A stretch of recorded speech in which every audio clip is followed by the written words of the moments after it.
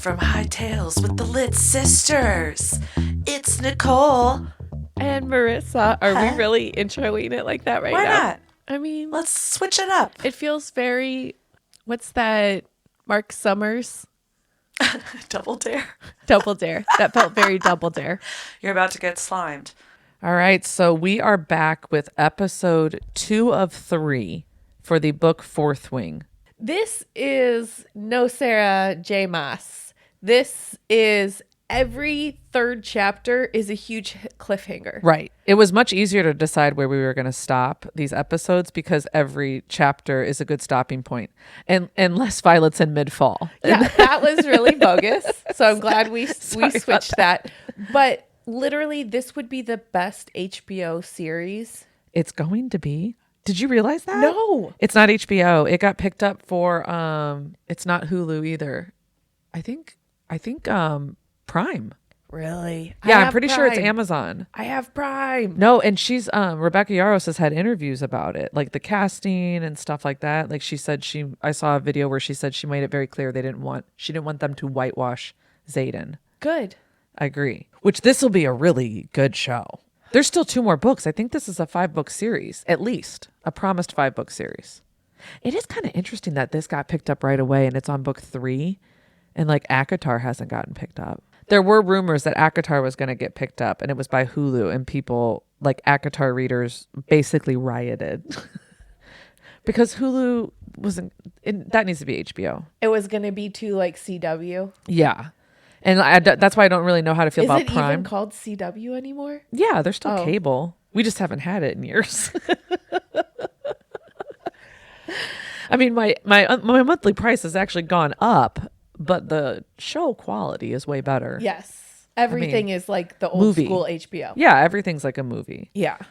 Where we left off Yes. was Violet went up and her mom was there, said the names of both dragons, and then all hell broke loose. Well, and I love the fact that she didn't even realize that even though Indarna was like talking to her, like she's kind of like, Indarna, you're not supposed to talk to me. Oh, You're only bonded. Tarn, this is cute, isn't it? Aw. Like, tell the little, and then- dragon I can't. And then even when it was like she went up and told the name, like she's like, Tarn, are you sure? Like, this seems wrong. He's like, she said what she said. She said what she said. That's how I read his voice.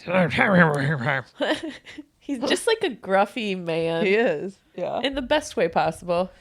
And we're going to meet him more right now. Yes. All hell broke loose.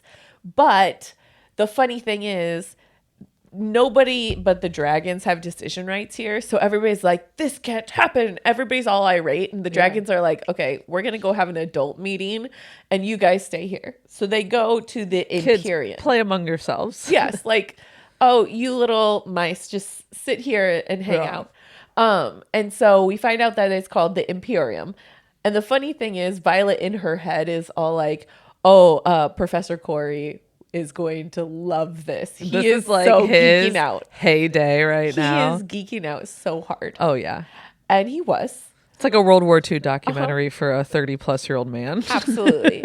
And so she's actually like walking back, like looking around to see who all bonded because she doesn't know. She's limping a little bit, but she actually sees another girl in the distance, like actually like broke her bone significantly. Yeah.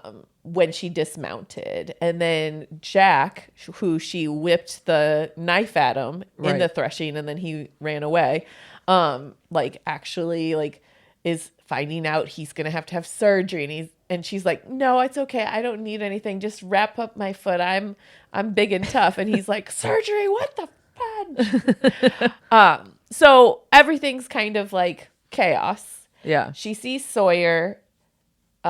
She sees Riddick and Ree. Yeah. All of them have bonded. Yes. And they're excited and they're talking. And Riddick, I even think, comes and like basically tackles her and is he like, picks her up. Yeah. He like bear hugs her and picks her up, and it's like she's bleeding. She's bleeding. It's like, oh, sorry. I'll set her down gently. Yeah. But like everybody's just happy and they're trying to like figure out who all was still around. Somebody asks about, what's his name?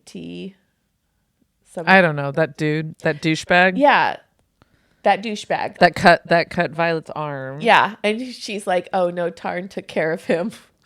Oh no, she said he didn't make it, and Tarn said, "Don't take credit for my kill." He's like, "That's not your kill to take credit for." Which true. And not to call back Akatar right now, but Nesta was doing that all day. I mean, she might have been cherry picking his kill. It's possible. Okay. Watch the Akatar version of this if you don't know what we're talking about. Link to. Okay. So Dain comes up and is like, "Hey, can I talk to you for a second?" And it's not like a congratulations, great job, you're alive. Yeah. But he's just like, "Dude, you can't bond both dragons." No, well, first he's like, "What the hell happened? Kath is telling me that you bonded 2 dragons." She's like, "Yeah. Yeah. Okay." Like it's What? Like Kath would lie? what? Like it's hard. I mean, no, other people haven't done that. Sorry. No, nobody in history. Yeah, but he comes in with a vibe for sure. Oh yeah. An off vibe. And right away he's like, "They're going to make you choose." And choose Andarna. Well, he doesn't know her name. Choose the little guy because she can't fly, and then you can be a professor forever.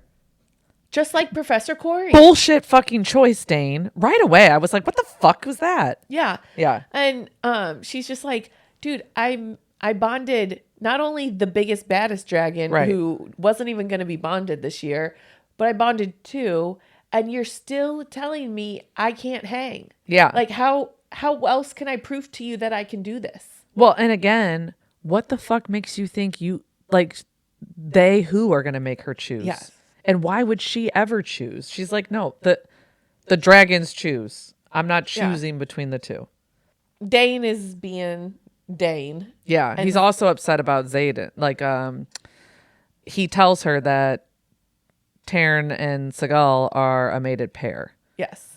He busts that out to her. Yes, which we don't really know what that means. Yeah, not for dragons at Not least. for dragons or anything.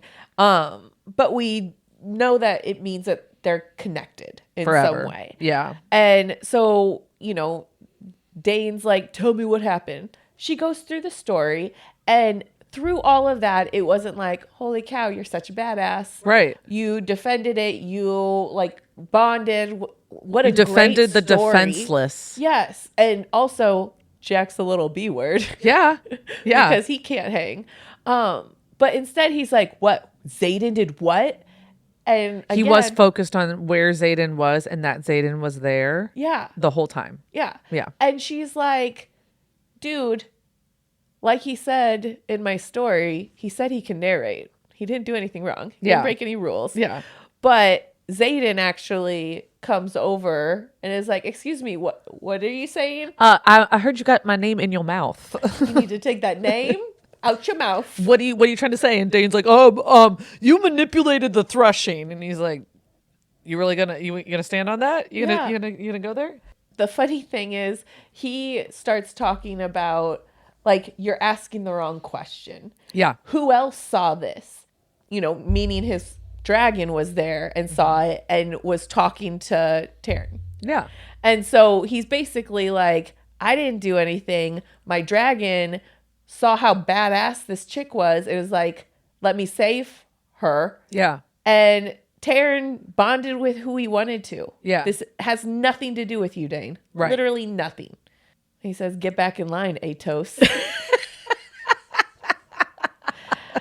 No, but he actually then pressures Dain and he was like, "But even if I did, why do you give a shit if I broke the rules? That means I would have saved your best friend. Yeah. Wouldn't you break the rules for your best friend?" And Atos is like, Crickets, "Oh no, crickets, I really crickets. enjoy rules." Rules over familial bonds is what I always say. And it was just like, He was a little every bitch, sentence man. he said, I'm just like, you really don't care about people. Right. You care about rank. Right. Well, and like you were talking about, just the vibe he brought to that entire interaction with Violet before Xaden got there. Yeah. And then the vibe he continued when Xaden was there. And Xaden was the one who was like, Did I see her outnumbered? Yes. Did I see no, what all did he say? Did I see her outnumbered? Did I see her already wounded? Did I see her being admirable? Admirable. That word Yes. right there. Thank you. Yes, but you're asking the wrong fucking questions. And I do it again. Well, the fuck aware. God, that was the best line. Oh, it was because they were arguing about her like she wasn't even there too. Yes. But then Xaden, well, the fuck aware. Yeah. Dain then like awkwardly turns to Violet and is like, but the rules, babe. The rules. You Like, understand, right? I love you and I would hate to watch you die, but if it broke a rule, I ain't moving. I just want you to know it would tear me up inside. Just think of how it would affect me if you died in front of me and I would have to break a rule to save your life. I feel so bad for Dain right now. Okay. And so then the council comes back and, says, oh, you silly, silly humans, you never had a decision. Yeah. This decision stands. Both dragons bonded. Right. And Right. Violet's Both like, dragons make the rules, not you Yeah. piddly humans. yeah. And she's like, thank God I get to keep both. And so then Dain comes up very gallantly and is like, yay, the day is won. You don't have to choose. I'm so glad that we're on the same team. And then looked into her eyes and then kissed her hard and lovely. And her head was just like, ugh, no, Like how you please, go, no. and lovely. She was like, this is something I've always wanted. And then there was no heat. No. And she's like, No this energy. This doesn't feel good. It And then tastes like disappointment. tastes like kissing your brother. Ah. Have you ever, like, in your past life where it's like you kissed somebody and Yeah, oh, you're yeah. like, Instantly oh, done. we shouldn't have done that. Yeah. Like, now that's the friendship. I feel like every girl, it definitely has that because I think a lot of girls our age also have given sympathy kisses. Like, oh, you are trying so hard. Let me kiss you. sympathy kisses. Have you never kissed somebody based on sympathy No, before? I guess, yeah, I guess so. Yeah. Yeah. Where it's like, oh, you took me to homecoming. This is awkward. I don't like you at all. And you're going in for the kiss. So you know that feeling. I do think also every girl probably has the feeling where you are really into somebody until you're like not. And it sometimes it is a snap of the fingers and they just give you the ick all of a sudden and it's over. Like, It's all those you youngins out there who obviously listen to our podcast. oh, of course. It's all in good time, it's all in finding the person. But you're gonna kiss a couple frogs, And there's gonna be people you think aren't frogs, and you kiss them, and you're like, "That's a frog." And guys out there who are obviously listening to our podcast as well. Oh, of course.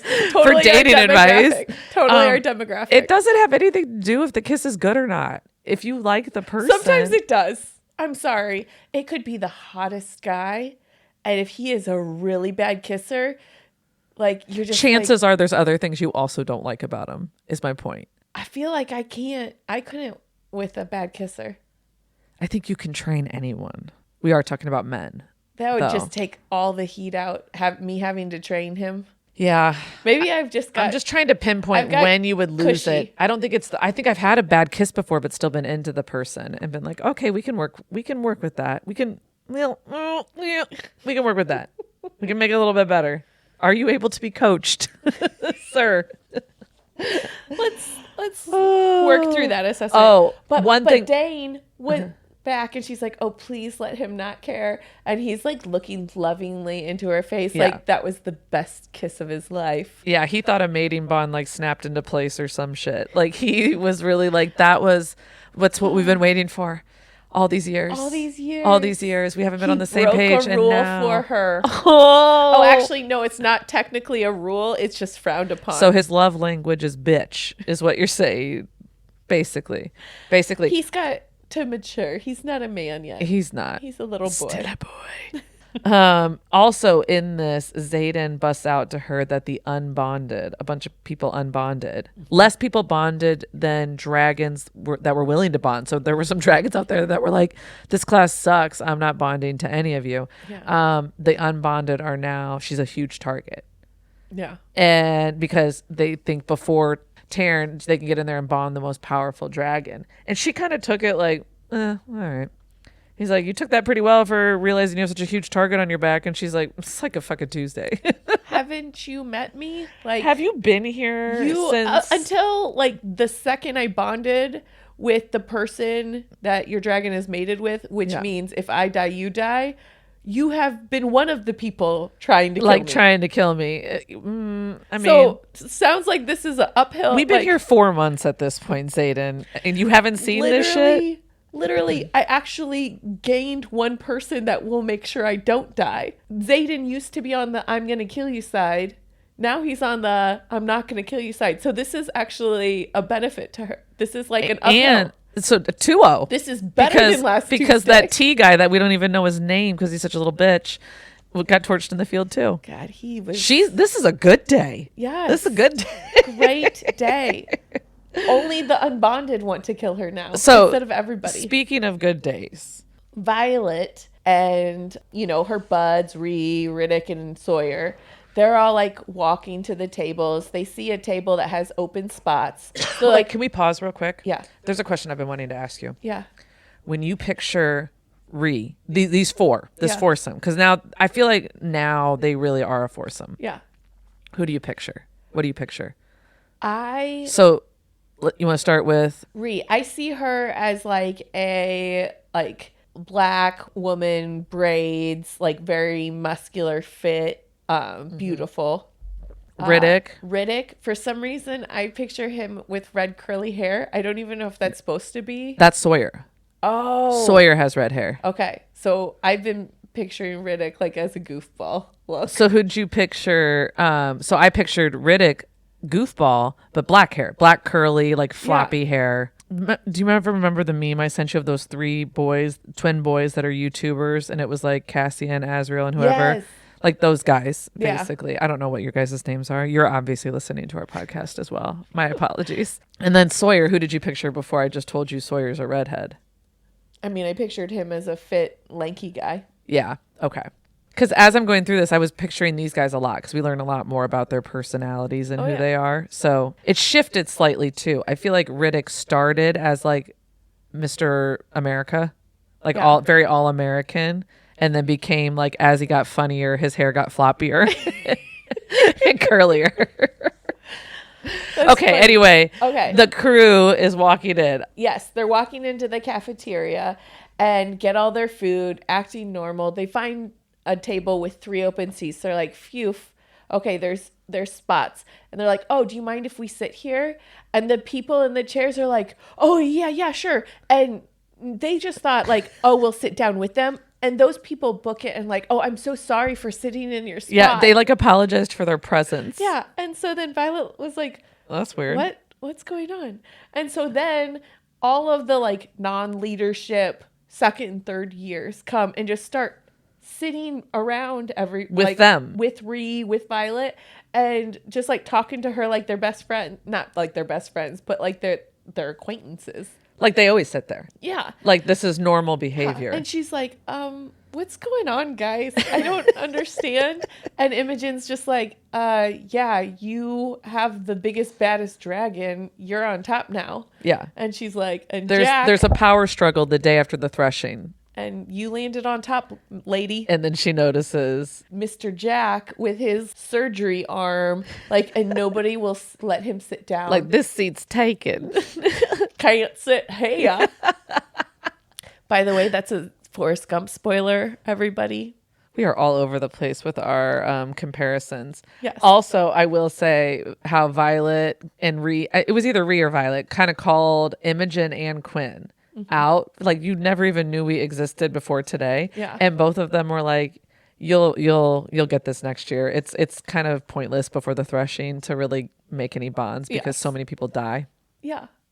The amount of lawsuits I would have out against Basgiath College, War College. That's why you wouldn't even be accepted. True story. She also no longer has food duty because since she's a bonded writer, she gets more important things. So guess who has taken her spot on the food line? Oren, right? Yeah. So Is that how you say his name? Oren? Yeah, Oren. The one of the 3 bitches that she left unconscious and didn't kill. Yes. Which that was nice of her, but he's mean mugging her because one, she made him look really bad. No other dragon was like, okay, this guy that's knocked out, I'm not going to nudge him awake before the threshing is over. So, and he's got to repeat a year if he survives. Yeah. And so he's like, I want to kill her so that way I can have her dragon. Yeah. And so he's scooping the food and she's like, ooh, I know somebody who used to poison in this position. I'm not going to eat any of that meat. I know, but I was surprised. Like, she really doesn't realize how smart she is. You think he would have thought of that? No. Well, he did. He was the first one that got sick by her. Yeah, but he never made that connection. Yeah, he's an idiot. He's an idiot. Yeah. While they're sitting down, Imogen's also telling Violet to eat because she's going to need all of her strength if she wants to ride Taryn, which again, Violet's just thrown off because she's like, Imogen, why of a sudden do you care about me at all? And she's like, because I do. Because I care. And she sees like Garrick look at her at the same time because Xaden's across the cafeteria and he looks at her with concern. And she's like, they all care about Xaden. Yeah. And now Xaden's fate is tied to my fate. So which did we really get into why? We didn't really get into that. No, we didn't. So the reason that is what Xaden was telling her on the flight field after the threshing and everything, that they're a mated pair. Segal, his dragon, Taryn, her dragon. And the mating bond is very significant. And Taryn almost died after his last rider died. Every time a dragon bonds with a rider, right? A rider has to be bonded with their dragon. If the dragon dies, the rider dies. If the rider dies, the dragon lives. And with each bond, that the next bond is more powerful, more connected. And if Taryn almost died after the other rider, who is the rider who died saving her brother, trying to save her brother. So there's a big connection there. If he dies, Segal will die. If Segal dies, Xaden dies. Hence, they are connected now. Hence, Imogen, who has a relic, is being nice to her.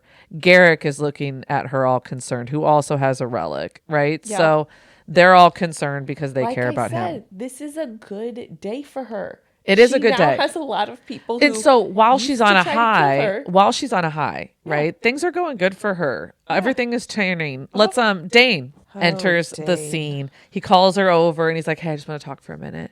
And he's like, basically lets her down because he wants to be wing leader the next year. So he's like, that kiss. It like, was a mistake. It was a mistake. And she actually was like, thank God he's on the same page. She's relieved. She's absolutely relieved. He thinks, she just lets him think that he let her down. Yeah. Smoothly. Yeah. And she's just like, oh, we're not on the same page. He's quote unquote sacrificing. I know. And she's like, I don't want none. Ugh. But then Imogen comes over at the end and she's like, hey, you ready to go training? And Dane's like, what the... Didn't she like try and rip your arm off on like the first day? Welcome to Basgiath. Welcome to Basgiath. So her new duty, perfect for her actually, is now in the archives, and she basically gets everybody books. So all the writers like give her a little books for them. She gets a bunch for the professor. So she just takes this list and she sees her friend Jacinia. And the cutest thing is like she sees like this would have been my life. She got kind of like a peek into her life. Jacinia was a friend of hers for the last year before they entered Basgiath. She was like helping Jacinia. Oh yeah, they were like studying. to study to get in. Yeah, and she actually signs that I liked. It's another nod to like a disability. Like it's not that big of a deal. So Professor Markham comes by and he's like all disappointed. So Markham actually is the one that Dain had like set up to go back. He promises he'll let you into the scribes and you'll pass the test and everything. And she like notes like it's not disappointed about her life or anything like that. It's more disappointed that he like lost a protege. She's just sitting there waiting for Jacinia to bring back the books. And the like other scribes that following on this tour, he was like complaining and Professor Markham was, okay, how about, Violet tells us why we have to wear these robes. And Violet's, well, it's because of X, Y, or Z. So that way you don't take away from the tomes or whatever it is, right? And then he's like, yeah, why is it so stuffy in here? And she like explains like fire is the worst thing for paper and for books. And so the less air there is, the less risk of fire. And she's like explaining all of these things as a writer, which is such a like brute force. So it's so crazy how she not only like she would be killing it as a first year scribe. Well, she was the prize pupil. Like she was the best. Yes. Right. So Jacinia comes back after she like just flexed her intellectual muscle in front of everyone. Jacinia comes back. Here's all the books. Oh, but I couldn't find that book of fables. Because remember at the very beginning when Violet was packing and Mira came and was like, you can't bring 12 books with you. Yeah. I'll let you keep one. And it was the Book of Poisons. One of the books that she actually talked about was this book of fables that her dad used to read. And it was all about all of these different tales of three brothers and how magic was acquired and all of this stuff. And she like gave her these words, venin and wyvern. Anyway, it's this book of fables and Jacinia couldn't find it. And she was like, well, dang it. One, because it makes me homesick. My dad used to read that to me. But weird thing too, this is an archive. Every single book that's ever existed should be here. Right. So it's either a banned book or just a very rare book that there's legitimately nobody knows about. No, it wasn't even rare. It was like older than 400 years because like they went back 600 years. Like, so it had to be older than that because of the repeat of the archives. So it was weird, but she's like, okay, thanks for the books. Yeah. See you later. So they basically get to lunch, library duty, and then go to lunch. And she hears Riddick telling a story about Sawyer. So Sawyer's signet appeared and he can manipulate metal, which sounds like a pretty cool fucking. It's the guy from X-Men. Yeah. What's his face? What's his name? Magneto. Magneto. Oh my gosh. Sawyer is basically Magneto. Also, she finds out at this point that if your signet doesn't like manifest, you basically explode. So not good. Because the power consumes you. So the signet doesn't manifest itself. You will like explode from all of that power. So Sawyer doesn't have to worry about that, but No. he does But now everybody else does. Yeah, he does mention that he is nervous to take bites of food because he's worried that the fork's gonna like bust into his mouth, like go through his, like kill himself. And Violet's like, "Oh, it's okay. We'll get you. We'll solve that." Yeah. Which I think is so cute. How she just like took that on. I like, know. "Oh, we'll get you plastic forks." I know. Then they get into one of their flying classes right out in the flight field, and Violet won't let Taryn hold her in the seat with magic because remember when she first went, he like strapped her in, and he doesn't get to fight at his full potential, right? So she won't let him, and he's like, it's really not that big of a deal. You think it's like hard or something? Like, I'm fine. I'm very powerful. She won't let him, and she falls that whole day over and over and over again. So she'll fall off. Taryn will catch her, flip her back up onto a seat, and they'll do it over and over and over again. The crazy thing is, flight day one of the riders actually fell off their dragon. Yeah. And was not saved by their dragon. Yeah, and usually the dragon dragons, was like, yeah. If you're not first, you're last, basically. If you can't hang, Yeah. I don't really care. We're not that bonded yet. So they land that day, and I think Violet's kind of like, all right, it could have been worse. All right, we're learning. And Dain comes marching over to her and is like, hey. And Taryn right away does not like his vibe at all. It's like, you better tell him that if he doesn't back the fuck off, I'm gonna scorch the earth underneath him. And Violet's like, okay, Dain, Taryn is a little upset with you. He doesn't like your energy. He's gonna light you on fire if you don't stop. Well, I think the first and time turns like, no, tell him exactly what I said. Exactly what I said. Like, scorched earth, baby. Yeah. So he's all mad that she didn't tell him that she couldn't keep her seat. He keeps thinking that he's like, friendship is a one-way street. Like she has to report out to him or something like that. I was really annoyed by that. And he kept going back at her. And then I loved how Violet was like, do you want me to list all my fucking flaws? Okay, fine. Let's list all my flaws. My thighs are too weak, but I'm building my muscle. My hands can't grip it, but they're getting stronger. I'm training my biceps and Imogen's helping me here. And she tells him all the different things that she's like doing and knows that she's weak in all of these different areas. He keeps being negative and continues to bring up how she shouldn't be there, like he always has. He has the fucking nerve to bring up how you dishonorably completed the gauntlet. Amber was right. I think I said out loud, fuck you, Dain. Dude, I was pissed. If the leadership said it was fine, right, why is he saying anything? And why is he bringing it up again? Well, especially she, I believe, in retort of Amber's whiny bitchiness. Yeah. Violet actually was like Codex section 246, paragraph 3, like blah blah blah blah. She quoted it. But for him to also bring it back up again now after everything else that has happened in between there. Yeah. Like him also being mad. He's mad at all the wrong fucking reasons. And also treating her like holding her accountable like she's a girlfriend or something like that. But then not doing any of those things. No. He's so fucking annoying and entitled. And then he ends it with how I feel about you. And it would be so terrifying for me if you didn't make it and I couldn't do anything about it. And Violet Your fucking voice for Dain is so funny. But that's how he sounds. It's like a whiny little bitch. It's like whiny California dude. I get on the Santa Monica and then... So what I love though is Violet laughs at his fucking face. I'm so glad our female main character was feeling all our same feelings as we were reading that.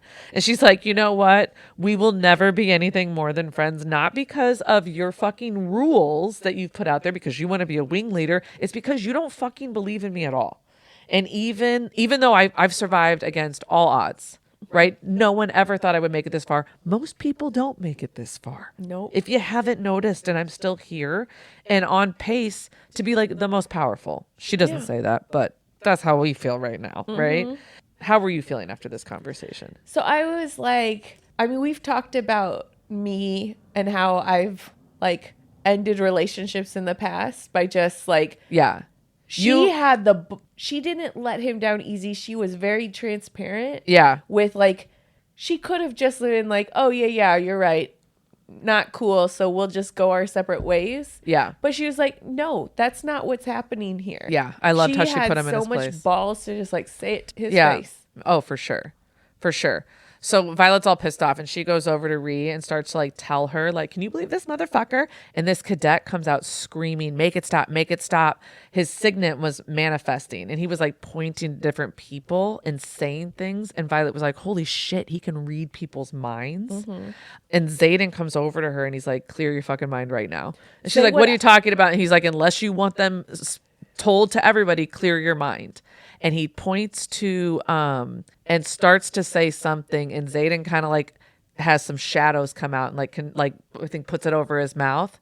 Right as Professor Carr walks straight up to him and fucking breaks his neck and carries him out. Ooh!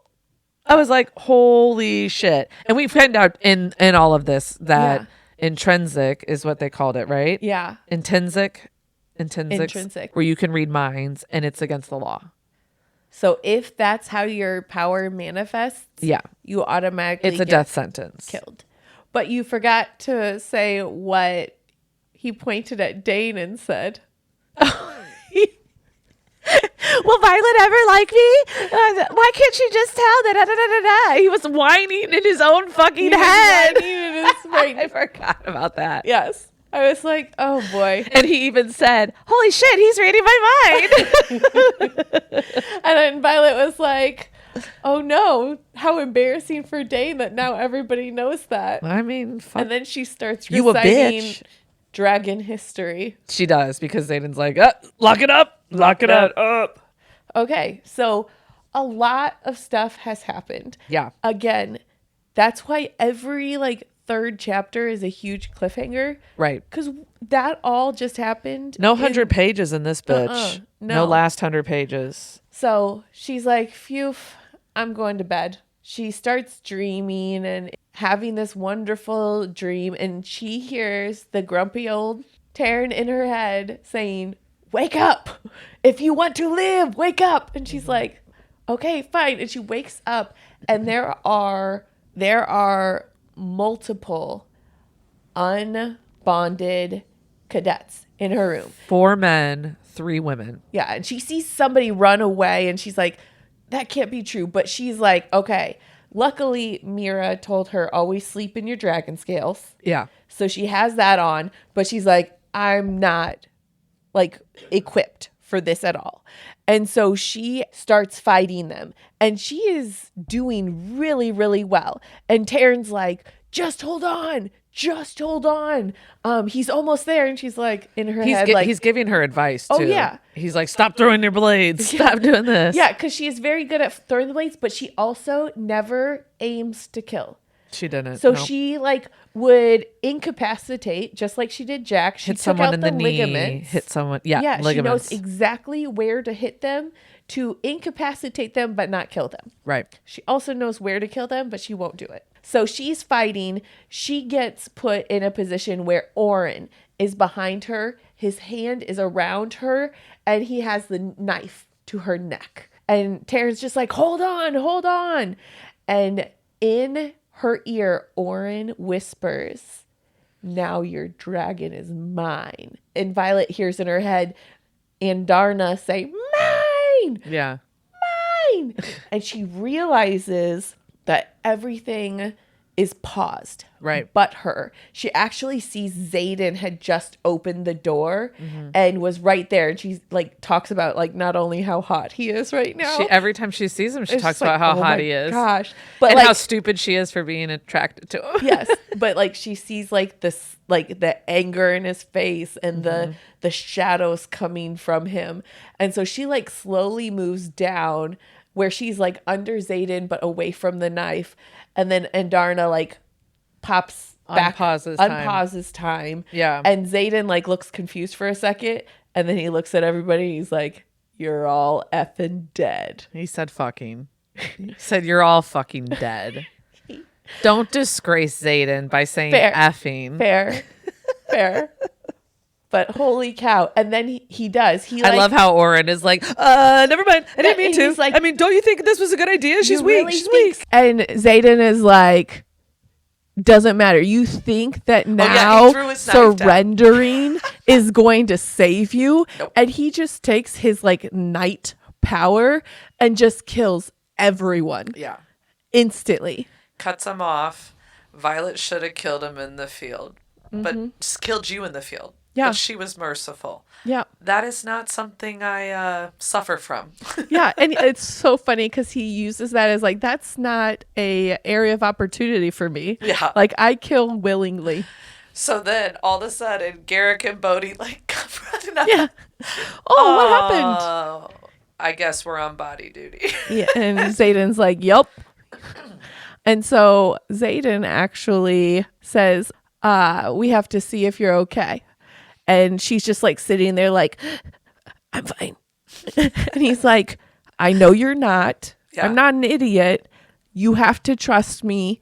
I have to check you out. And Yeah. she's like, and Tarn again in her head is like, just trust him. Right. And so she's like, I'm pretty sure I hurt my ribs, but I don't think they're broken. Well, she doesn't want to show him the armor. No. So in order to show her ribs, it's like, okay, he's going to see. I think it was more she didn't want to show him her body. No, I think she's fine with him seeing her body. We've been in that internal dialogue. She don't got no problem with that. So anyway, he's like, let me see it. And she's like, okay. Yeah. She didn't say okay like that. She actually like let him see it very modestly. Yeah. And he's like, okay, I agree. I don't think they're broken, but take care of yourself. Get dressed. We've got to go find out what the F just happened. Yeah. Yep. And so he like takes her down this hallway and they find like this secret doorway. So I do find it interesting. Their whole way down this like secret hallway that's going to go somewhere. They're doing their like poke sexual tension back and forth, fake I hate you, but I kind of don't hate you kind of thing the whole time. Xaden tells her that Dain babies her. Oh, yeah. And she knows it and she hates it. Yeah. She kind of tries to be like, nuh-uh, but yeah. Maybe a little bit. He just cares about me so much. And so anything bad that happens to me, he feels it twice as bad. But she knows it's bullshit as it's coming out of her mouth. Oh, I got a paper cut. Dane's going to be so upset. So the tunnel leads all the way out to the flight field. So they both get out onto the flight field. 3 dragons are standing there waiting for them. Right away, Xaden goes marching up to Tarn. And what kind of fucking powers you channeling to her? Violet thinks, I have never seen anyone address someone else's dragon, let alone yell at someone else's dragon. And here he is, like, right on his ass. Some balls. Tarn's like, back the fuck up. And Violet goes to tell Xaden what he said. And he's like, I heard him. And Violet's like, wait, what? And he's like, it's the like mating bond thing. Okay, we can all hear each other. We're all connected. Violet turns to Tarn and is like, calm down, don't hurt him, okay? He's just a little freaked out. And Seagal chimes into her brain and is like, oh, so we can agree on something. It's like, holy shit, she just talked to me. Yeah, Xaden's like, we're all chained together whether we like it or not. So I deserve to know how she got across the room in a matter of seconds. What the fuck is her signet? And Andarna is just kind of doing her little chime in, and she's like, nature likes balance. Andarna further explains this is why feather tails don't bond, because they can accidentally give their powers to their riders. Not channel, give their powers to their riders. Seagal confirms that it's not a signet.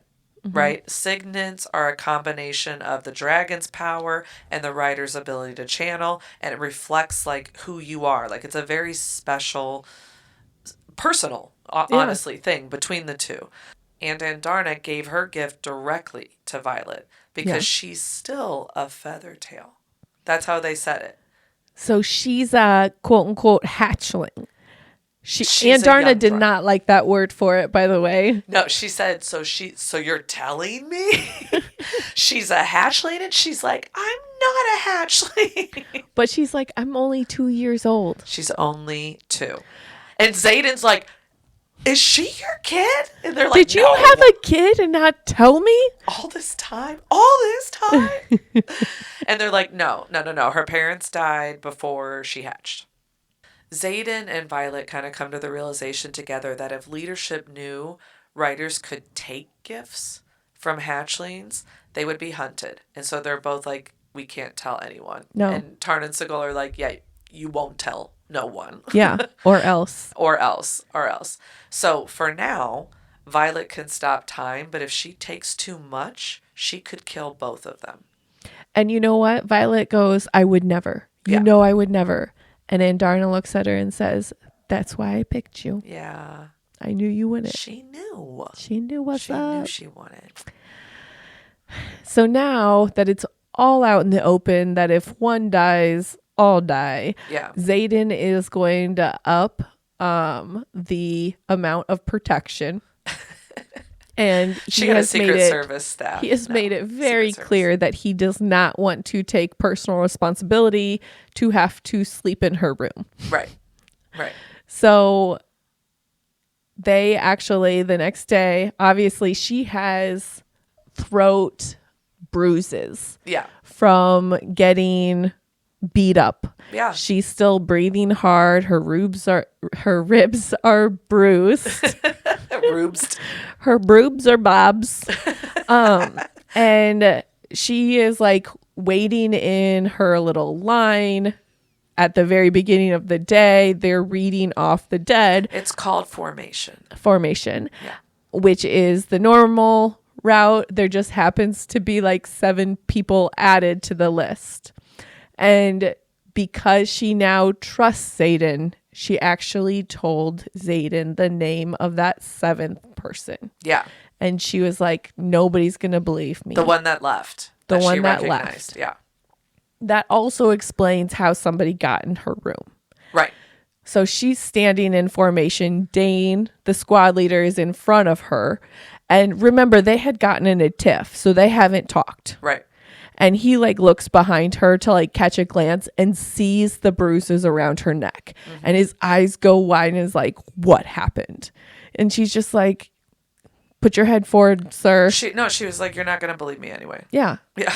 This is not happening. Right. And then Xaden comes walking over with somebody behind him and they make a change. Mind you, there was a lot of changes that happened because not everybody made it through threshing. Uh-huh. And so they had to realign who was in what group. Right. So they replaced somebody that they barely knew with a new person that just happened to line up right behind Violet. Mm-hmm. And Violet's like, I do not need a bodyguard. Yeah. And well, he's got a rebellion relic. Yeah. Right? And he's the best in their class. Yes. By the way. a big beefy man. Yeah. He's definite protection. Yeah. And Xaden's like, you get what I give you. Yeah. And he's also, by the way, going to sleep right next door to you. Yeah. So you will be protected. And I can't be everywhere. He's on library duty too. Yeah. Turns out he's in every class. He's your next door neighbor. Yeah. And he stands in line right behind you. And you're going to like it. Yep. And so she like spits back and somebody like 2 lines back goes, like, oh my gosh, she's talking to the squad leader, like, or not the squad leader, the wing leader like that. And so he leans forward and is like, take what I give you, and walks away. And he doesn't say it like that. Don't go throw a fit. Yeah. I added a go in there. Okay. And so he steps up to the dais and, after, all the dead were announced, like the professor is like thumbing through a bunch of paperwork and you can tell like something big is happening. And they're like, the accuser, blah, blah, blah. And Xaden is up there and Violet's like, this is about me. Yeah. And Dain the whole time is like looking back like, what? Why didn't you tell me? What's going on? And she's like, dude, we haven't talked in like a week. Yeah. No, it hasn't been a week. But they haven't talked since their fight. Right. So, of course, he doesn't know. Right. Turns out the accused is who? Amber. And Amber immediately is like, no, I didn't do anything. What are you talking about? And Dain actually was like, she wouldn't do that. She's in a position of leadership. Well, and I don't know if we talked about this. They alluded that they were kind of had a thing last year, mm-hmm. right? The 2 of them. So they're like good friends. Well, and they both read phonetically. I feel like Dain is one of those people that read the Bible like and take the words like literal. Yes. And that's how they read the codex? Yes, yeah. They read the codex literal. Yeah. And so anyway, he's like, no, that's impossible. Yeah. Nobody would be nominated as a squad leader if they would break the rules. Right. It says right here in the codex. Obvious. It's impossible. It's Don't impossible look this way. You can't have bad intentions. Amber is like behind him like, yeah, see? No, I would never. No, that's how I pictured it. Yeah. But he immediately doesn't believe it and turns to Violet and is like, tell everybody he's lying. Tell everybody he's lying. As Violet's thinking, I just told him and he believed me enough to like go up there and put her on trial. No proof needed. And Dain, my best friend, says, tell everyone he's lying. And not only that, betrayal. He puts his hands, and earlier we found out what Dain's signet is. And Dain's, it's very confidential, so not everybody knows. But of course, being best friends, she found out immediately, or not immediately, but when she got there. And if she if he is close enough and is touching somebody, he can like rifle through their memories. Well, he could like read your most recent memories. Yeah. Yeah. And so she's saying like he reaches out his hands like he's just going to take a memory. Yeah. Let me see it. Yeah. Let me see it. Prove it. Yeah. And she like backs up because she's like, it happened right before. He's going to see Andarnia stop time. Yeah. And and he's going to know Andarna is a baby. Right. You can't know these it's things. too risky. She doesn't know how to block And so it. she backs up and she's like, why wouldn't you take my word for it? Yeah. And she even says in her head to Tarn, like, can you like share this with all the other dragons? Yeah. And so he shares proof, picture proof, and all the dragons then tell their people it's true. Yeah. And everybody just is up in a roar, like, oh my gosh, like it is true. I think Ree is the first one in the background that says, it's true, like she did it. No, she's like sniveling little bitch. Like she's pissed. Like if you don't kill her, we will. Yeah. Yeah. And so then Tarn actually is like, okay, we're going to kill her. And what did Violet do? She was like, no, don't do it. Don't do kill her. it. She doesn't like the death. Yes. Yeah. And Tarn's like, honey, this is how we roll. Yeah. By Amber. Yeah. So not only like the biggest rule of the codex is you don't ever attack people while they're sleeping. Yeah. That is against the rules. Yep. But this is also why Mira made her still sleep with her armor. So again, this is fifth time the armor saved her life. At least. Yes. At least, if not more. Yes. I'm sure there's times we don't know about. Probably. And so Amber is scorched by Tarn. Yeah. Rightfully deserved. Yeah. Rightfully deserved. All right. And Dain is so sad and angry about how this impacted him. He's such a... this solidified it for me. He on the list. Yeah. He on the list. All right. So they're doing library duty, which is now Liam. Liam and Violet are doing library duty. And as they're walking around, Violet really starts to take notice on how Liam is treated. Now they're on library duty together. They meet Jasenia for their request that day, and she is like, hey, Professor Markham left early. Can you guys take the battle brief as well? Liam is like signing to Jasenia right away. So Liam knows sign language too. I thought that was really cute. Yep. It was also really cute that they were flirting with each other. Go and Liam. So they Jasenia goes to leave to like take their order for the day, and I like how Violet's like, you know, she's like a relationship kind of girl. Like a long-term relationship kind of girl. So don't really like do that unless you're in it for the long haul. And Liam's kind of like, the idea of the long haul is kind of interesting to me, considering we're probably going to die tomorrow. There is no long haul. The way they all accept death as an inevitability, it takes a different kind of person. I don't know if I could do that.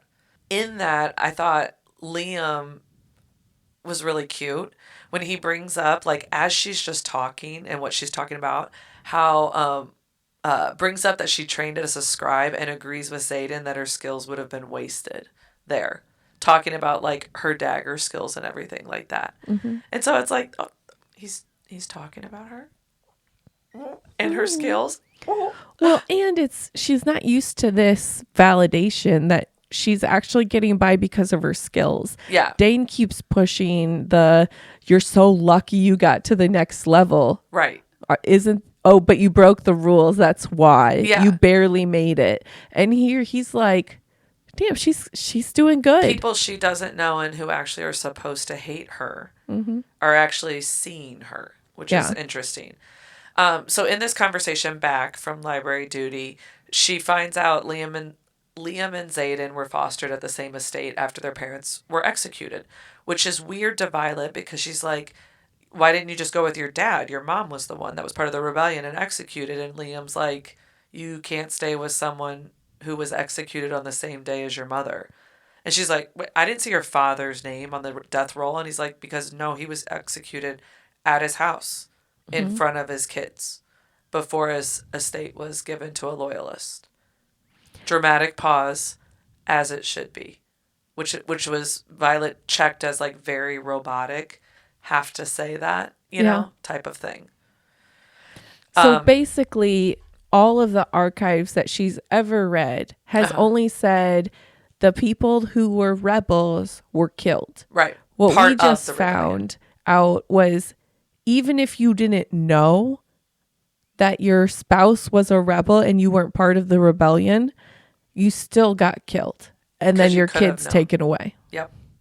She also finds out in this conversation that Liam has a sister, and she went to a different foster family, which she was pretty abhorred about as well. But he says she's only a year younger, and he'll see her. He's so excited to see her when she gets here next year for the academy. So he's going to get to actually finally talk to her then. But I don't know. When you find more and more about these kids, these separatist kids, that's really, really rough. Mm-hmm. Really rough. So Violet says, oh, well, she could join a different quadrant. And Liam is like, no, we're all kids of separatists. We all have to join the white riders quadrant. Yeah. So it turns out all the rebellion children are riders as part of a deal to let them live. So their parents are dead, both of them, no matter what. They're orphans. It's a way to prove their loyalty. And originally the thought process was, oh, it was probably because that has the lowest survival rate. And there's no way a dragon would pick the soul she of says, a rebel. He says Imogen thinks it's because they thought there was no way a dragon would bond because they're so lowly. And Turns out a lot of rebellion kids are doing well, are actually bonding. Yeah. And this is like the fast lane to positions of leadership. That's what Liam says he chooses to believe. Yes. He's such a positive person. See? It's like, I choose to believe this is our only path. Exactly. And so there are 107 of them. And remember, Violet was 12 when this happened. Yeah. So Liam's sister was 11 when this happened. They have no context of what's going on. Yeah. Vast context of what's going on. And Xaden is the oldest of the rebellion kids. And the youngest one is almost 6. So kindergartner. Yeah. It's so sad. It is sad. So when they go to leave, the cart hits like a raised stone and the battle brief actually falls out. Yeah. And Violet actually picks it up and reads a little bit about it. And it's about a convoy was looted last night. Yeah. And she notices it doesn't say confidential on it. It's another southern border attack and another high altitude. Yes. Which does not make sense. Right. Because griffins can't go that high. Right. And the southern border isn't where the griffins are. And so they're like, okay, we'll just find out about it in battle brief then. Mm-hmm. And so battle brief comes and the professors come out and are like, it's been a pretty slow day. We're actually going to just talk about history and kind another of like battle role play scenarios here. And so they go through all this history, which of course Violet knows because she's read like everything. Mm-hmm. So her mind's just going like, uh-oh, what is going on? Why aren't they going through this? Yeah. Liam actually tells Violet accidentally that the room is protected at night because she was like, you can't protect me all the time. Your room's next door. Mm-hmm. And he's like, oh, don't worry about it. Only you can go into your room. Xaden took care of that. Yeah. And she's like, wait, what? Yeah. Evidently, Xaden put like a shield over her room. So only she or Xaden can get in. Well, she or someone she invites in. Like, she has to invite you in. But she goes, doesn't that mean Xaden can get in? And Liam's like, yeah, but he's not going to kill you. And she's like, I'm still trying to get used to the idea. That was of weird. That. That's different. At this point, Deborah announces that the winner of this year's squad battle gets to go to the front lines and view an active wing, shadow an active wing. And Ree's like, so we can die sooner? Everyone else is like, yeah! Woohoo! War! What's up? Okay, so later on, Violet and Ree are training. And Violet's like complaining about Xaden and how he's like protecting her all the time and stuck her with the shadow. And Liam's kind of like, hey, I resent that. And it's like, he's very charming and he's very nice. He's like, thank you. Yes, he's I am. He's a great shadow, but I don't need a shadow. And Ree's like, isn't that kind of a good thing? And she's like, yeah, but he won't trade me. He just shows up when I'm about to die and eliminates the threat. And that's it. And right then, Xaden and Garrick have like stripped off their shirts at this point. And are like sparring.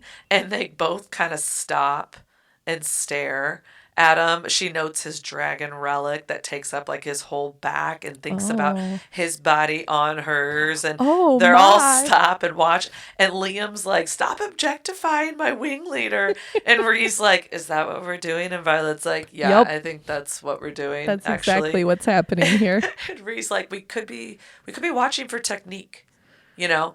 And Violet's like, we could be. But we're not. That's not what she's thinking. That's not. That's not what she's thinking at all. And then you just hear Dain, hey, pay attention. God, he's so whiny. Get back to work. Which she does note this is the first time he's talked to her since the whole Amber debacle. Again, as a friend, he just lost his best friend. Yeah. But his best friend betrayed him by trying to kill her. His other best friend. And so him not talking to her out of anger, stupid. He didn't even ask her, are you okay after 7 people attacked you in your sleep? Yeah. What a jerk. Exactly. I'm so mad And I at shouldn't him. have to tell you this. Anyway, Rhee takes that opportunity, like swipe her out from beneath her feet with like her little staff bow.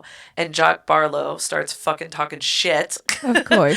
Jack Barlow starts talking shit about how Tarn chose wrong and she's so pathetic and blah, blah, blah, blah, blah. And as he's doing that, Violet notices that one of his little cronies like hand him over an orange slice and he's like, get that shit away from me. You want me to wind up in the infirmary? Then Liam is like, all right, you need to walk away. You just walk get away. out of here. And Jack's like, she's only alive because of you. And Liam's like, right, because I'm the one who jacked up your shoulder with a dagger, and then you ran. You ran away. And Jack's like, I'd fight her now. Put it on there right now. And Violet's the one that's like, it was 3-on-1, and you ran. You couldn't even handle me when it was 3 versus 1. It was 3-on-1, and we will always know you chose to run. You chose to run. Yep. Liam, at this point, pushes him all the way out the door, and Xaden locks the door, so he can't get back out. Dain is yelling at Violet about egging Jack on. Jack was just coming at her, and she was defending yourself. Why would you wear that? You provoked him by just wearing Right? Right? So bad. It has those vibes. Yes. Totally. So Xaden just steps right in between the two of them, doesn't address Dain, and just starts talking to Violet. Yeah, Atos, you're so... Pissant. He's a pissant. It was a way for him to say you're a pissant. But he does yell at Violet as well. He's like, why the hell aren't you wearing your armor? She's like, it's got to get washed and dry at some point. And he's like, you thought sparring? You thought here was that time. And she's like, I have a guard dog now. Yeah. It's you safer hired here. him, remember? I obviously can't do it when I sleep. And he's like, your room is safe now. You're supposed to trust me. And she's like, I'm just supposed to trust you? And he's like, yes, everyone knows I can't kill you. And she's How like, many times do I have to tell you? well, her counter is, yeah, but you can still hurt me. And he has like this flash of like, what? Like, oh, yeah. that I would never do that is kind of what I saw in my head, at least. And he just turns around. He's like, stop training with the bow staff and stick to the daggers. It's better for you. Like, that's not the right weapon for you, well, idiot. and then she says, it's all Tarn's fault because he was like in my head. Oh. Did you just hit your head really did. hard to emphasize in your head? Well, I hit the microphone. You thing. just punched yourself in the head She for our just podcast. Said, she said, I didn't do it. And Xaden's like, block him out. And she's like, were you not aware? I don't have a signet yet, and I don't get to be trained on how to do that. No. I just looked over, and you're going like this with me. I'm in it. Tell me more.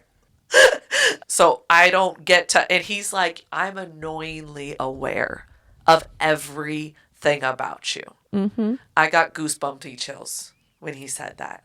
I'm not going to lie. In a good way. So that's the question is, did he get any vibes when he was shirtless fighting earlier? For sure.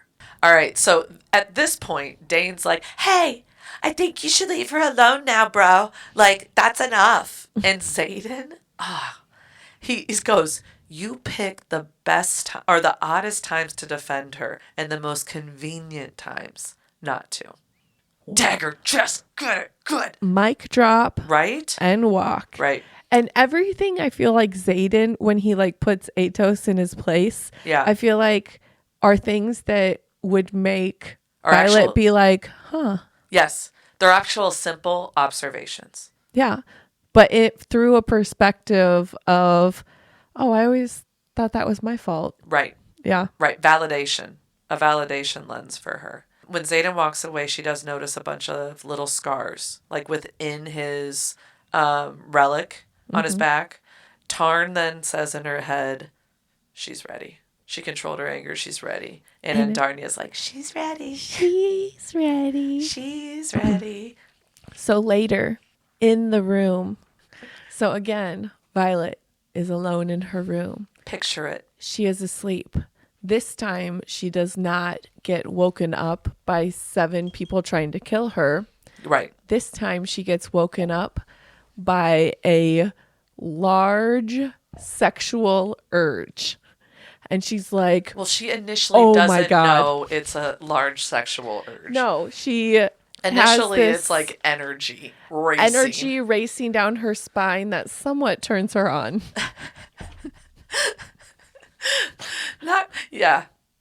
And so it's like overwhelming. It's like making her skin have goosebumps. It's like making her just like jumpy, hot and sweaty. And she's like, I gotta get out of here. And so she opens the door, and Liam, her bodyguard, is standing right in front of her. She's like, do you really sleep in this hallway? And he's like, no. But are you okay? And she's like looking at him, and she's like, I've never noticed how hot he is. And she's like talking about his face and his body and how he's funny. This is when she realizes this isn't power. This is lust. This is lust. This is not anything but Tarn getting his groove on. Yeah. And so she's like, oh no, I'm going to go back to bed. And like goes in and you should too. And closes the door. And she's like, I can't stay in here because I might go knock on his door. Well, but also while she was looking at him, she's like, maybe it wouldn't be such a bad idea. And then she realizes, I don't want him. I want Xaden. She starts thinking of Xaden. She's like, Liam, go to bed. Go to bed. Get out of here. Or before I bend you. Yeah. Climb you like a tree. So then she's like, okay, Liam's in his room. Yeah. I've got to sneak out. And so she sneaks out and she's like, I just need some fresh air. Yeah. And so she goes up these stairs to this balcony. I don't know if that's actually what she did. No, she goes outside. Okay. She went outside. And in the corner, there's somebody in the shadows smoking what I assume is ganja or what no, it's churum. I'm pretty sure it's pot. Okay. And he's just sitting there and he's like, you need some of this? She's like, well, I think she just sees it, but she's like, you can't smoke that. That's illegal. And he's like, the person who made up that rule isn't bonded to Tarn and Seagal. Basically, I know what you're feeling right now. Mated dragons are very rare.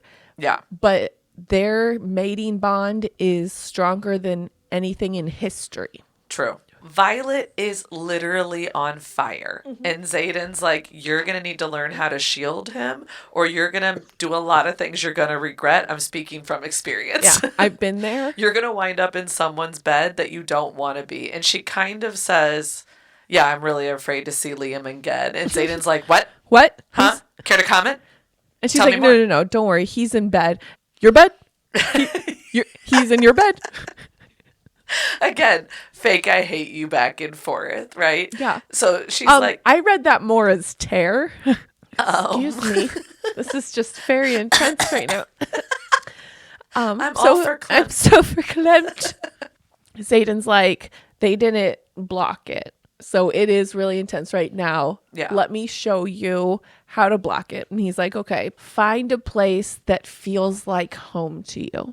Archives. Feel your feet on the ground. Like really picture it. Polished marble, like the archive floor. Focus on where the power is coming from. So she like sees a door. Yeah. And so then he's like, shut whatever that is in the power to block it. So close yourself off. And Yes. she sees that big, like, metal door of the archives. I see, like, a bank vault. Yeah, she locks it closed. Yeah. She also notices a beautiful gold stream. Mm-hmm. And she's like, oh, Endarna. And so she puts Endarna in a little window. And so she grounds herself. And the crazy thing is, Xaden actually like looks at her and is like, it took me like 2 weeks to do that. He always says these like sexy, flattering words, right? Like before he was like fascinating. He looks at her because like she was kind of holding him to like close the door and lock it. And he goes, astonishing. Like he's just mesmerized by her. Isn't and then that he tells awesome? her, that took me weeks and you mastered it right there. Yeah, in like 15 minutes. So you're very skilled, milady. So they're very close right now. Yes. And he starts to stroke her ear and looks at her mouth. And then backs up and is like, this is a bad idea. The worst. Remember, like 3 days ago, we wanted to kill each other. Yeah. Like, but I like how she just baits him. He's like, this is a bad idea. She's like, yeah, the worst. I know you're still looking at my mouth. I'm sure it is. This would be cataclysmic. She's like, calamitous. Of course. We'll both regret it. Of course. Naturally. Fuck it. And then they just had the best kiss I've ever read in my life. I would agree. My notes say 2.5 pages of a really good fucking kiss. I would say 3 pages. I mean, that's back. a lot of pages just on a kiss. Oh, yeah. It was a good kiss. And some kisses can get icky in books. Rebecca, Beck. Very good writing of a kiss. I loved it. If there was an award, like, you know, MTV Awards were like best kiss, Yeah. best written kiss, Best category goes to ever. Yes. Best written kiss. Xaden. And I was going to say Feyre. How dare you? Best written kiss goes to Xaden and Violence via Seagal and Tarn. Lust power. Xaden's like, I gotta go. And it's definitely... No, he says, you gotta go. I don't care. You don't have to go home. Bar's but you closed. can't stay here. But you can't sit here. I refuse. It was really sweet. I refuse to let you act on feelings and act like that aren't yours. A desire that's not yours. Yes. And she's like, I'm pretty sure I've been thinking about you this way since the parapet. So she doesn't say it. She thinks it. Yeah. But she goes and all she can think is, what the hell is wrong with me? Remember, why do I want him? Well, and the thing is, if they did stuff and then broke up, they're tied together forever. Forever. They can Ever. never get away from each other. Yeah. That could be a very good thing, though. Or it could be a very calamitous Foreshadowing is showing me it's going to end up being a good thing. We don't know. Knock on wood. What did I just do? Oh, no. Yeah, Okay. don't you dare say that. If she changes the plot of the January 20th. Don't do it. Don't do it. Why would you say that? Knock on wood right now. Do it. I want to see proof. Thank you. Is any of this real wood? No, none of it is.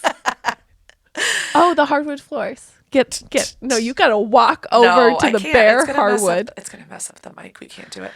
All right. So the next day, she's telling Rhee about the kiss with Xaden. And Violet is obviously like into it. And Rhee's like, are you having like second thoughts since you're going to be together forever? Like Marisa said, because Rhee listens to our podcast. Seagal's last writer died like 50 years ago. And when Tarn had Nolan, she would just ride back and forth to just be with him all the time. Now they're going to be separated.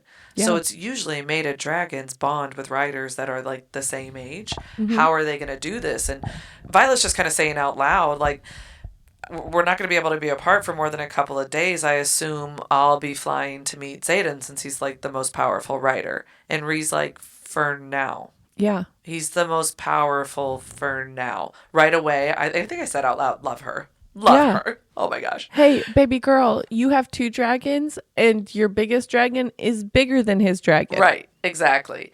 And then Rhee's like, hey, I got something to show you.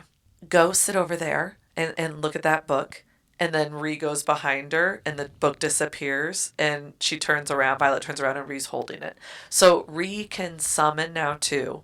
And I forget, I don't even know what they call it, but summoning things between walls and stuff like that. Like she can't go very far yet, but it's also very rare. Like Violet is like, I don't think we've had one of those in a century.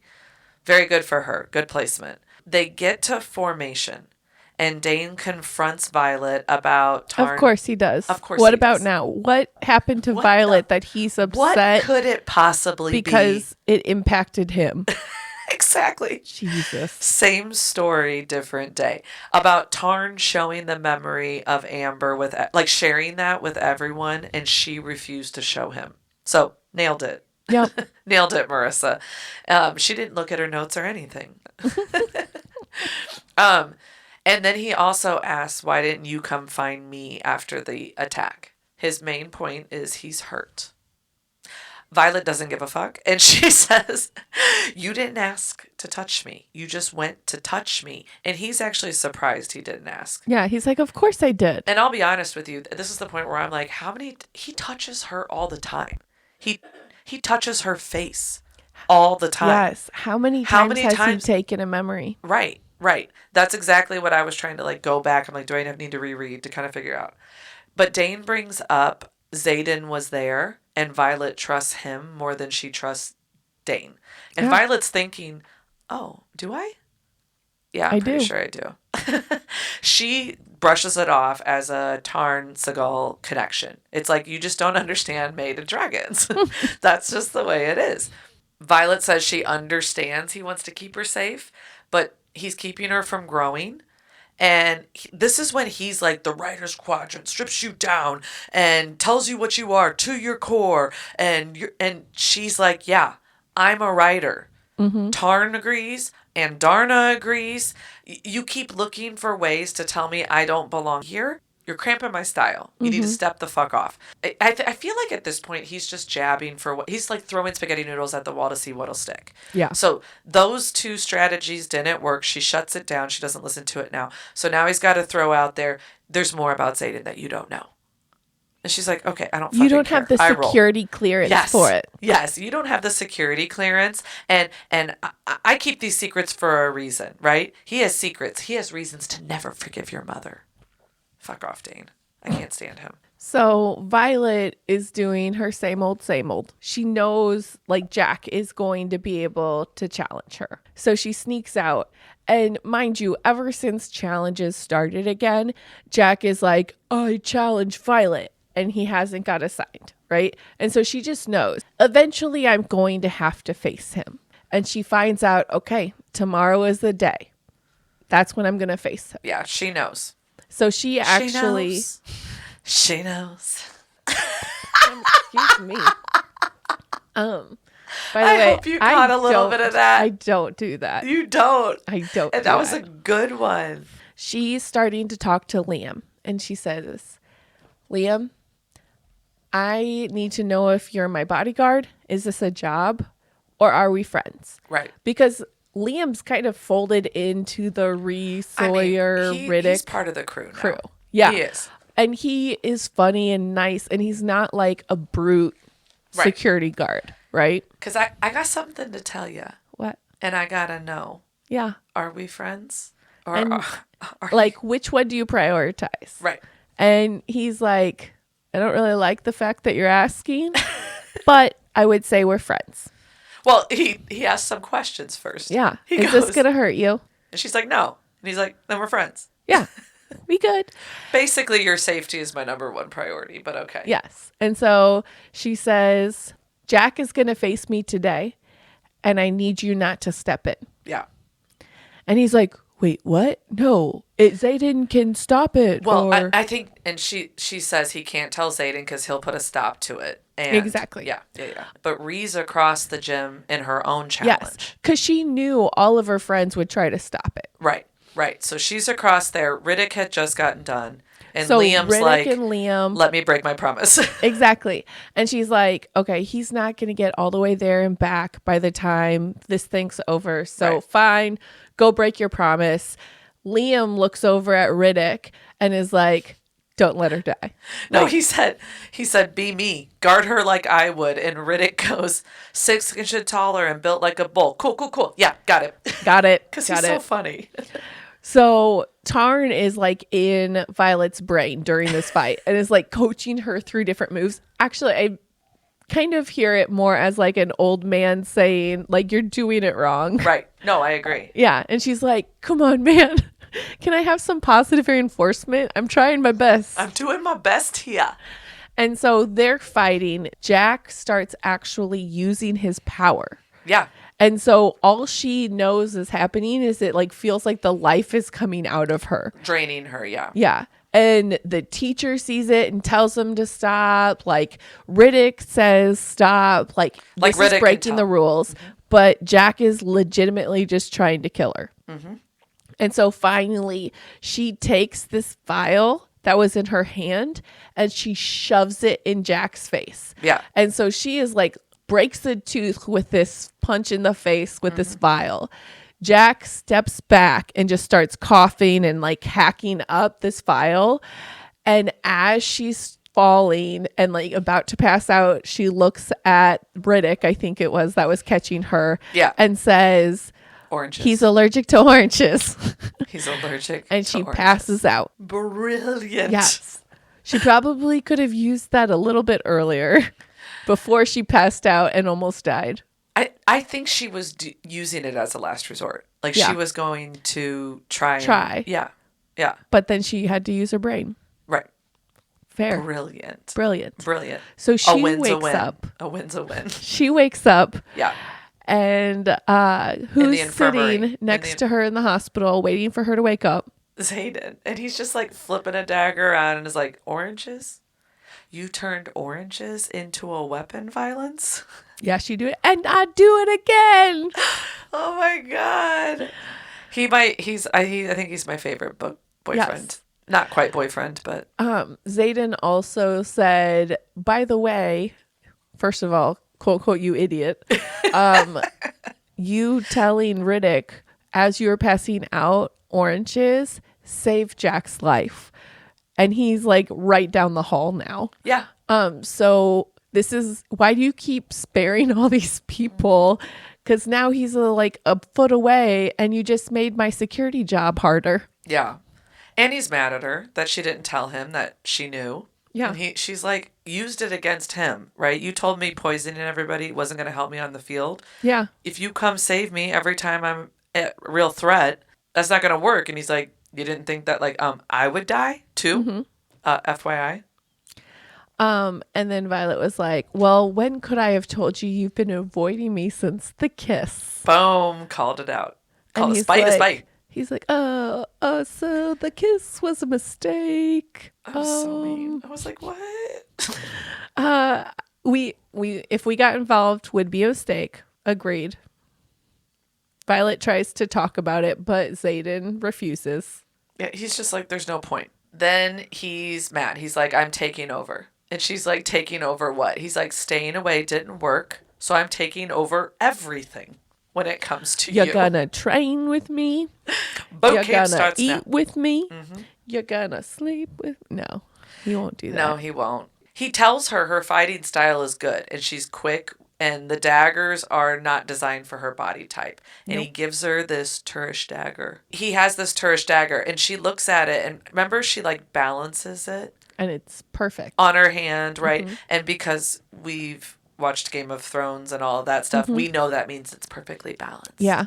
Right? That's the first thing whenever I buy a knife. That's what I do. Actually, you're not supposed to call it a knife, are you?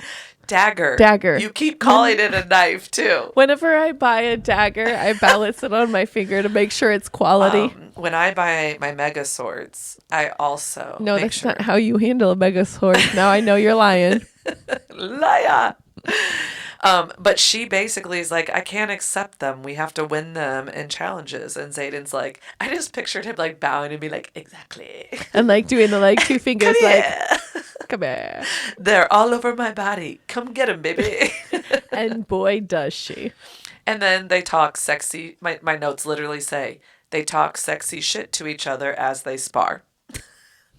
It was Interesting. But they do spar, and she does win all the perfectly polished and balanced daggers from him. I don't think I he was trying his hardest. I I like how I was about to talk about the romance and you're talking about the fight. You're like, he wasn't trying, Nicole. Stop. She wouldn't win normally, obviously. See, the thing is, it's a damned if you do, damned if you don't situation. Because I feel like I would be really annoyed if you like let me win. Yeah. But I'd be really irritated if you just killed me. If you dangled these daggers in my face. And it's like, you actually took 3 of mine. Like, I'd be what from a jerk. the underworld. Just like, give me the daggers. Is it a gift or is it a gift? Oh my gosh. So basically it's days at this point of Xaden and Imogen training Violet every spare minute in between each class. And Xaden comes one day to class. They're, what is it? The manifesting or whatever, the smaller power, right? The smaller power stuff that they have. Comes to that class to take Violet. And Dain's like, you can't take her. She needs to learn how to do this kind of stuff. And Xaden's like, okay, Violet, here. He like throws something down, like a pocket watch or something. And he's like, pick that up and have it sent over here. She does. And he's like, look, she practiced. You're coming with me. Moving on. Stay out of it, Atos. This is above your pay grade. Exactly. I loved every minute of it. Okay, so as they're walking to wherever they're going, we don't really know where he's taking her yet. They run into Violet's mom and Dain's dad. All right. So General Sorengale comments on her signet not manifesting yet. Still hasn't commented about 2 dragons and a badass dragon that wasn't even going to bond, but then decided to because she was so fucking you're cool. awfully close to getting blown up. Oh, aren't you? Shouldn't you take care of that? You might want to try harder. But then she rolls it into everyone's talking about what kind of powers will you manifest from that little golden dragon. And Violet's like, oh, nothing yet, just lies. And then Darnia told me that feathered tails aren't really known for ever like channeling their powers to their riders. So Dain's dad then asks, so do you think like you could like ask Darnia if we can study her? Nope. I found it to be extremely bold to even request it like that. Like they're totally underestimating her, thinking like they could manipulate her into trying to manipulate her dragon into being studied. Which I do think that if we didn't understand the relationship, we'd probably be like, yeah, we don't know much about that species because they just think species. Right. They don't know how invasive it is. Right. Violet just is like, oh, probably not. She's real shy. She's so shy. She doesn't, she kind of blocks herself from me. She likes to keep to herself. She does. At least for another 2 years until she magically becomes a huge dragon. Yeah. He says also that they've had scribes on this since the threshing and they can't find any information on the feather tails. And he's like, if I remember, your dad was like studying all of that and we can't seem to find any of his notes. I don't know where he keeps any of his stuff. Right. I totally know where he keeps everything. She plays totally dumb and acts like, oh yeah, I think they were just misplaced, but she knows exactly what they're talking about. Yes. So they walk away, they separate, and Xaden didn't realize like Violet and her mom's relationship was like that. He's like, you didn't tell her you were attacked at all. And Violet's like, she knows. I mean, it was reported out. She ignored me for a year after my dad died. So it's fine. She just kind of tolerates me. No big deal. I'll talk to my therapist about it. This isn't a loving relationship. This is but more of an agreement. I feel like we saw an eye-opening experience for Xaden where he's like, oh, like he already wasn't holding her mom's actions against her really and wasn't letting everybody else do it either. But now I feel like that just got... Because that's a Navarian thing. Right. And I feel like that just got validated for him, that decision. So anyways, they get to the flight field and Xaden's like, hey, we're going to learn today. That's what we're learning. She's like, who's learning what? And he's like, you're going to learn to stay in your seat. Okay. You're going to learn to sit down. I'm going to learn why it's so hard for you to fucking sit down. Yeah. And Darnia's going to learn to keep up. Tarn's going to need to learn how to share his space because all the other dragons are too afraid to be next to him in formation. Fair. And Tarn's like... He's a grumpy old man. Yes, he does a grumpy crowd in my backside. And she's like, what's Seagull learning? And he's like, Seagull's going to learn how to follow. Because she's not in charge right now. She's not in charge anymore. Tarn hasn't bonded for a while, and she's going to need to learn to follow. Unfortunately for you, you're number 2 now. You're number 2. All right, so flash to the final task of squad battle. Yes. All right, so the final task, Liam wins the challenges, which they kind of knew. He's a badass. All right, so he first wins in the class. Yes. Which, by the way, isn't it like from an outside perspective, you put the best cadet or writer in the class in the squad that lost the least amount of people throughout the whole thing. Yeah, I mean, so it's kind objectively of with the best squad leader. Right. That feels like stacking the deck to me. It is, but he's wing leader. Yes. And he wields shadows. Feels unethical. Let's be equitable with our team building. It doesn't matter. Liam wins, okay? 4th wing. This is squad battle. It doesn't matter. I would have totally been put in 3rd wing. So Panchik announces that the last task for squad battle is going to be tonight. They were supposed to get like a day. He's like, no, we're starting this shit right now. For added difficulty, squad leaders, executive officers have been sequestered. So Dain and whoever his executive officer is, I don't even know. Leadership is gone. Leadership is gone. You're on your own. Wing leaders are also gone. All right? You're on your own. Your mission, if you choose to accept it, which you kind of have to. You don't have a choice. You need to find and acquire, by any means necessary, the one thing that would be most advantageous to our enemies regarding the war effort. Any means necessary, no rules. Exactly. Zero rules. To no rules. So, break. Everybody go. They get over. Imogen's like, everybody over here. They get down, and Imogen's like, who's going to be in charge? There's 2 third years with them that we meet, Emery and Heaton, and they're both like, yeah, no. If we wanted to be in leadership, we would be in leadership. Exactly. Yeah. We're not us. We just like riding dragons, bro. They do strike me as like the bruisers on the hockey team. Like, no. No. We're here for the fun part. Yeah. We just like to beat people up. I don't like telling people what to do. I just want to be your bruiser. So I think it's is like, you got us here. Like, it should be you go to crazy. Imogen. And they look over to Nadine, who was another first year that quite obviously had a problem with separatist kids, like the kids with the rebellion relic. And she was like, no, I'm fine. Yeah, Let's do it. So Imogen's like, okay, let's all start to brainstorm. Violet, you're the smart one. Go.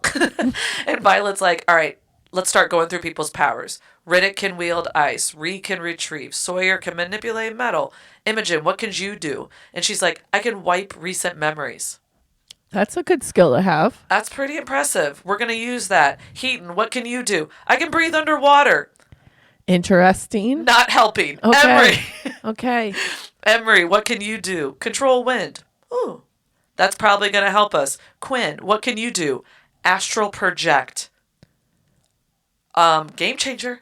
Game changer. That sounds interesting. That sounds interesting. That sounds more interesting. It's a really good one. They got some good signets here. Violet instantly has an idea. And she's like, all right, we're going to do something. I got a plan. And they're like, what are we doing? And she's like, we're breaking into my mom's office. And I love it. So they make their way up the stairs and they use Quinn's power to project. There's one security guard up there, right? They use Quinn's astral projection to project her to distract the guard away, to chase away while they can go break into the office. Yep. So they do that. The guard follows. They get up there. Nadine can unweave wards, so she starts to go to work on her mom's door. And I thought it was funny that Violet was like, I didn't think it was very useful considering we're protecting wards. Yeah. But obviously it is in this situation. I'm like, I think either way would be beneficial. In any situation. In any situation, right? You need a spy. You need a rebel spy. You do. Dune. You need, exactly. So they're in the office and everyone's looking around trying to figure out what to take. Violet sees like these 3 missives on her mom's desk. So she picks the first one up and there's a dagger there that looks like hers. The Turish dagger with the runes on the handle. She reads the first letter, and it's requesting reinforcements to like the southern border. She reads the second letter, and it's about like protest in Turandor, which is where most of the rebellion came from. Yeah. Right? That's where all the rebellion children, not all of them, but a lot of the rebellion children are. She's like, so that's not actually odd, right? That happens. And then she turns around as she's thinking about that and sees the map behind her mom's desk of all of Navarre, each of their outposts, all of their supply routes, the most recent attacks, history of attacks, all in one map. Perfect level of information if you wanted to defeat them. Oh, the best. And she's like, I know what That's we got. it. That's it, guys. Bing, bing, bing. We got it. So when they go to leave, the guard is coming back and sees them. Ree uses her Xaden to take the map from Imogen and like project it all the way down the hall out of sight to her, which is perfect. But he sees them. So Emery uses that wind to knock the guard down. And I thought it was cute that Emery's like, sorry. Like, my bad. You kind of see the Disney movie Don't aspects worry. of this. You won't remember it soon. Well, then Violet gives him a vial. And she's like, he'll sleep the rest of the night. And Liam looks at her and is like, you're kind of terrifying. She's like, yep, thank you. So they all run. They get there. They're late. Everyone else has presented. I don't remember what everyone else had, but I remember them One being... had a scribe. I had a scribe. A scared scribe. A scared scribe. Oh, someone else had a uniform. Yeah. Which you could get into infiltrate. any outpost. Yeah. I don't know. They were all really good. Yeah. They present the map to Markham and the other light level generals. Mayhem breaks out when she says... We got, like, because they're like, how do you know this is valid? Yeah, it and could she's be like, fake because information. We took it from General Sorengale's office. Chaos ensues. And she looks up at Xaden, and he looks impressed. Yeah. Very impressed. I mean, it is impressive. It's an impressive idea. So they obviously won. Yeah. They get to go to the front lines. Luckily, it is one of the outposts that are generally not impacted. Right. So not much happening there. Montserrat. And it's a less than an hour away from Ree's village. Yeah. And so Ree actually was like distracted at the very beginning when they got there. And she actually told her like, I can walk there in an hour. Yeah. And so immediately Violet was like, okay, we've got 3 days. We'll figure it out. We'll get there. Don't worry about it now. We'll strategize. So they actually get to the outpost, and guess who's stationed there? Mira. Yes, old sis. She shouldn't be able to communicate with her at all. And actually, now that I'm thinking about it, maybe that's why General Sorengale doesn't talk to her daughter, because she's not supposed to have like communication with her kids. That makes me feel a little bit bad about being judgmental. I didn't, yeah.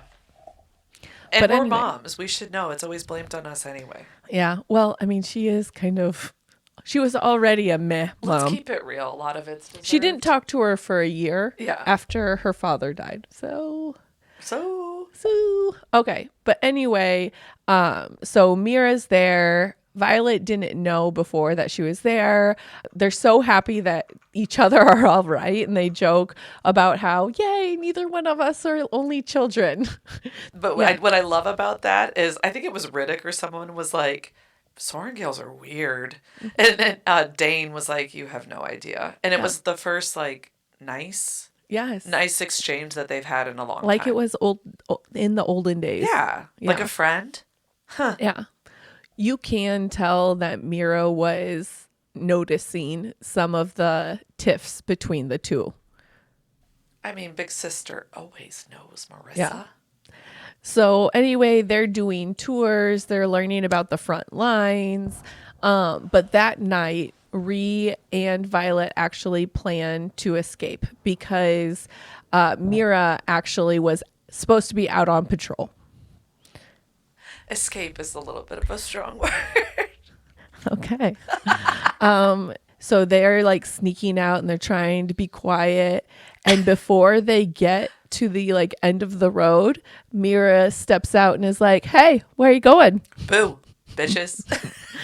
And Violet's like, you weren't supposed to be here. And she's like, yeah, I thought I'd spend some time with my sister instead of being on patrol. So that's how that went. Oh, and it's a total sister exchange because Violet's like, okay, she lives right there. Her sister's Her pregnant. sister. What would you do? I would want to see your baby if you had a baby. Wouldn't you want to see my baby if it was me, Mira? And Mira's like, and then actually, Violet says, you know, it would actually be safer if you just came with us. And just made sure we were safe because we're just silly first years. Silly first years. Silly, She's silly. like, fine. So Jesus. it's a girls' trip. Ree is cuddling with her new nephew. Yeah. Niece. Yeah. It was nephew. Nephew. And like talking to her sister and stuff. And Mira and Violet are actually just out on the back porch, just catching up. And Right. it's like, holy cow, you bonded with 2 dragons. Yeah. And she's like, I know, isn't that crazy? I know, I fucking bonded with 2 dragons. She's also like, I can't really stay on my dragon, so we're working through that. She's like, I've poisoned a few of my opponents. And Mira's like, nice. Yeah. That book really helped. And so did this vest you got me. I mean, armor. It's saved my life multiple times. Yeah. So I appreciate that. So Violet asks Mira about the big cut on her neck. And Mira's like, oh, there was a griffin attack near this place. And Violet realized, she's like, they didn't tell us about that in Battle Brief. And Mira kind of looks at her like, you think they fucking tell you everything in Battle Brief? They don't. And she's like, they don't tell you everything? And she's like, they tell us what we need to know. Like, Yeah. you're a soldier. You're not part of management yet. You're not even on the team. Right. You're in the school to maybe someday become part of the team. Exactly. Maybe. If you survive. Your security level is so low now. She's like, I swear I saw a riot of dragons like across the way during the attack, but that's above my pay grade. Like, she's just like, I do what I'm... They're doing stuff. Right. I don't need to know. Exactly. She also says, by the way, I saved some of your 15 books. Oh, that's right. She tells her Yes. she has the Fable book. So she's like, phew. And again, this is either a banned book or a book nobody knows about. Right. That book of fables. Yes. Yes. So Mira asks her what's going on with Dain. Yeah, Like, she what's could going totally on? tell. There's some tension, and Violet finally summarizes it perfectly, I think. I think there's some acceptance in it. I needed to change in order to survive. He wouldn't let me. And that's it. That's all. That's it. She also says, she goes, I also got his friend Amber killed, so there's that. And Mira's like, no, that is wide We knowledge. read about it. Yeah, we That's all not know true. she got herself killed. She's very much Ree. Yeah. Like, she's the big sister and Ree's the best friend, you know? So I wonder how much was written about it, because I hope it's noted that she took down 5 of the 6 people that actively attacked her. She didn't kill them. Well, but she took them I was down. going to say, technically, Xaden killed them. What, are you Nesta and giving her... No, I'm not saying, like... That's Elaine's kill! It was pretty badass that it was 1v6. I think she's one of the only ones who... Her and Dain are the only ones that don't realize it was impressive. Ree tells her, Riddick, Sawyer, that's true. Xaden, Garrett, all of them think it's impressive. And talk to her that way. I think she's coming to her self-realization about it. You know, Mira's even telling her. Like, in this, she's like, I was all worried that you were going to live. I just wanted you to survive, and here you bonded 2 dragons? Boom! You know? Like, everyone else can see it. Also in this moment, Violet confirms to Mira that Xaden is the one who saved her life that night. Yeah. Oh, that's what happens. She brings it up, and she's like, Xaden's the reason. He was there, and he killed all of them and saved my life. You did a fair amount. Yeah.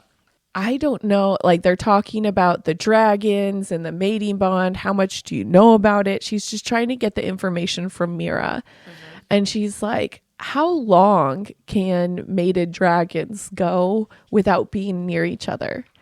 And in through the shadows comes a voice that says, apparently 3 days. And it's Xaden's sexy butt. Xaden's sexy butt. Marissa's getting feisty. Yes. So now we know. That's a lot. Dude, like I said, it's like Game of Thrones. every moment. That's why these episodes are going to be so long for this book, because it's every moment I think is a big moment.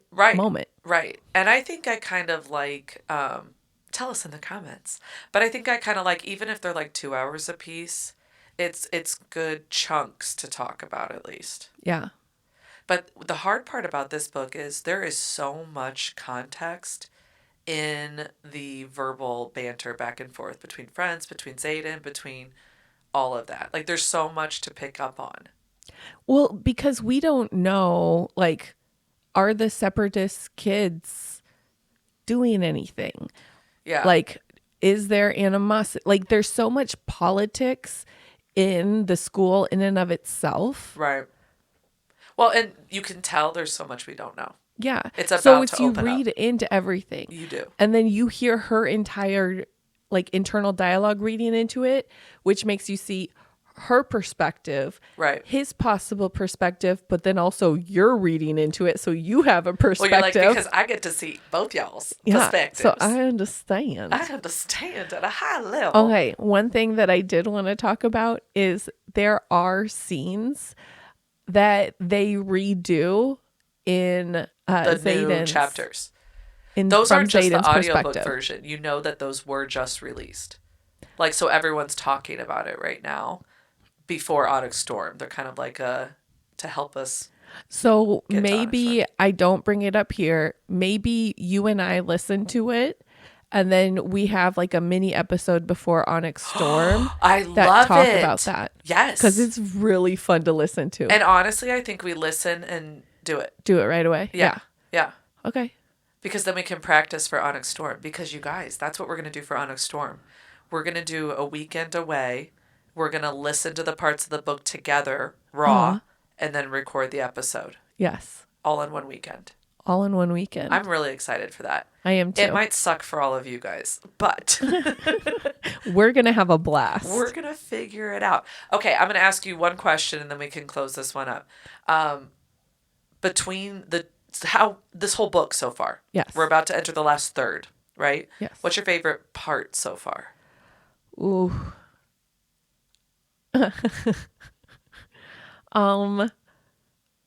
I think it's probably her protecting Andarna. Yeah. During the threshing. Like that whole interaction between her getting there first and being like, hey, fly away or go flee. They're going to try to kill you. And then being like, darn it. I can't leave her alone. Enter the first internal dialogue of character profiles of a dragon. Yeah. Like we get to hear the dragons in that too. Yeah. So that whole thing is probably my favorite. My second favorite is definitely like when she first starts feeling the power and her like interaction with everybody is just so awkward and like, what is happening to me? I can kind of see why Fourth Wing is going to be a show because it is, I can very much picture it. Like it would be good show material because there's comedic stuff throughout it, right? Yeah. It's like perfect. Yeah. This is kind of interesting. I have two, and mine is one that I don't know if this is first, but the 2.5-page kiss was pretty freaking great. Yes. In all honesty. Again, we voted it best kiss already. Best written kiss. Best written kiss in history. I challenge you to give me another one, mostly because I just want to read them. Oh my gosh. That, and I do think like the whole, honestly, the presentation with the dragons was kind of cool. Yeah. Because I feel like we really got the four friends the most. Does that make sense? No, totally. Like before you heard this character and they were friendly. You know, obviously Rhea and her are more friendly, but I feel like that's the beginning of they were allies. Yeah. But then they turned to friends. For sure. Which is exactly what Mira told her not to do. But, you know, big sisters don't always know what they're talking about. Excuse me? This whole time? No, I do. Oh, okay. Other big sisters. Oh. Other big sisters, no. All right. Well, join us in our next episode where we do the last third of Fourth Wing. Da da da da da. But thank you for talking high tales with your favorite lit sisters. Oh, make sure you subscribe and do all the things in all the places because it helps us keep doing what we're doing. Actually, we're going to do it either way, even if none of you listen to us. All right. Thank you for talking high tales with your favorite lit sisters. Goodbye. Bye. Goodbye. Gutenberg. Gutentos. Goodbye. See ya.